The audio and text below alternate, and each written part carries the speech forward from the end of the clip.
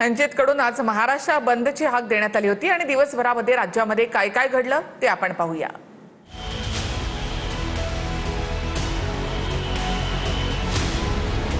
जंतर मंतरवर विद्यार्थ्यांवर झालेल्या लाठीचार्जच्या विरोधात आज वंचित बहुजन आघाडीने महाराष्ट्र बंदची हाक दिली होती।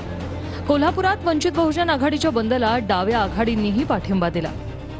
वंचितच्या कार्यकर्त्यांनी आवाहन केल्यानंतर कोल्हापुरातील दुकानदारांनी कडकडीत बंद पाळला। ठाण्यातील इंदिरानगर वागळे स्ट्रीट परिसरात वंचितचे कार्यकर्ते सकाळपासून दुकानदारांना दुकानं बंद ठेवण्यासाठी आवाहन करत होते। यावेळी काही कार्यकर्ते आक्रमक झाल्याचंही पाहायला मिळालं।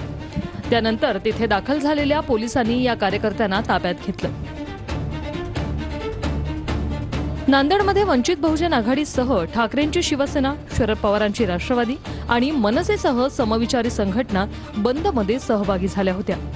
त्यामुळे सकाळच्या सत्रात नांदेड शहरातील दुकानं कडकडीत बंद होती। या बंदच्या पार्श्वभूमीवर शहरात मोठा पोलीस बंदोबस्त ठेवण्यात आला होता। धाराशिव जिल्ह्यातील कळंब तालुक्यातील वंचित बहुजन आघाडीने चक्काजाम आंदोलन केलं। या आंदोलनामुळे येरमाळा कळंब महामार्गावरील वाहतूक काही काळ विस्कळीत झाली होती। आंदोलनस्थळी कार्यकर्त्यांनी घोषणाबाजी करत विद्यार्थ्यांच्या मागण्यांना पाठिंबा दर्शवला। विरार पूर्व परिसरात सकाळी आंदोलन करण्यासाठी वंचितचे कार्यकर्ते आले होते, मात्र पोलिसांनी त्यांना तात्काळ ताब्यात घेतलं। पोलिसांनी आंदोलन मोडीत काढल्यामुळे कार्यकर्त्यांनी संताप व्यक्त केला। अकोल्यात देखील वंचितचे कार्यकर्ते बाजारपेठा बंद करण्यासाठी रस्त्यावर उतरलेले पाहायला मिळाले। विविध संघटना आणि राजकीय पक्षांनी या बंदला पाठिंबा दिला। यावेळी शहरात पोलीस बंदोबस्तही ठेवण्यात आला होता।